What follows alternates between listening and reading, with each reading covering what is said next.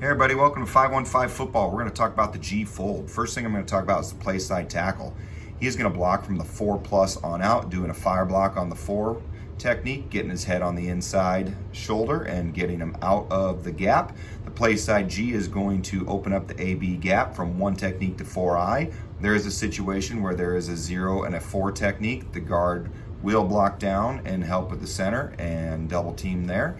The center is responsible for the backside A gap first, and then we'll come back and double team just like you would in a duo scheme. The backside tackle is going to scoop hinge a 3+. His angle could change if he has a 4 technique, so that way he can adjust his feet to represent the block that he needs to get on that scoop hinge. Now the backside G is going to pull around and get to the inside linebacker, just like he would on a skip pull, keeping his shoulders square to the line of scrimmage.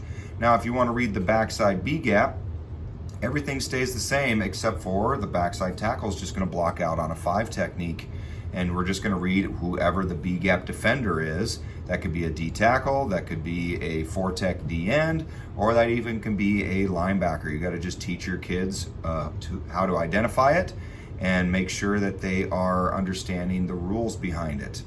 If you want to read the edge, what you're going to do is have your tackle just scoop and stay on his path. Instead of hinging back, he's just going to cut the guy off, and your quarterback's going to read if the edge collapses or not. Same thing if you put a tight end in there. Tight end can just scoop his guy and stay on his path, and then the quarterback just reads the edge. If it collapses, he can pull it and run it. Now, if you're going to run a G fold, you can put in a slip screen, you can put in hook routes, you can put in bubble routes, or whatever you want to do to run an RPO with this, because it's an RPO type of run scheme. Now the quarterback can have the H go down either right or left side. If he wants to flip his feet and throw it left, he can tell the H to go down the right side so he gets out of the way, so he doesn't get in the way of the throw. But you can put any RPO to this, any formation. It's a beautiful little play running the fold scheme. Now if you're going to run the B gap, I would definitely suggest that you block the overhangs so that way they don't end up tackling your quarterback on a nice little read by them. So make sure that you block those guys. You can put hook routes outside. I drew them up as a hook routes for the outside receivers, but that's not something you need to do. You can actually just have them block if you want them to. If you're going to do an edge read, same thing. Make sure you block the overhang, especially on the read side. And then if you have a tight end, same thing. You just read the edge. The overhang player may be a corner, especially if you're motioning this A across, and he may lead the quarterback out onto the edge. Now, this is a fun little RPO that I love doing. It's just a 5 wide fold draw. He is going to read his inside linebackers if he's going to throw it. If they're blitzing or showing blitz, he's just going to hit that snag route right in behind the inside linebacker.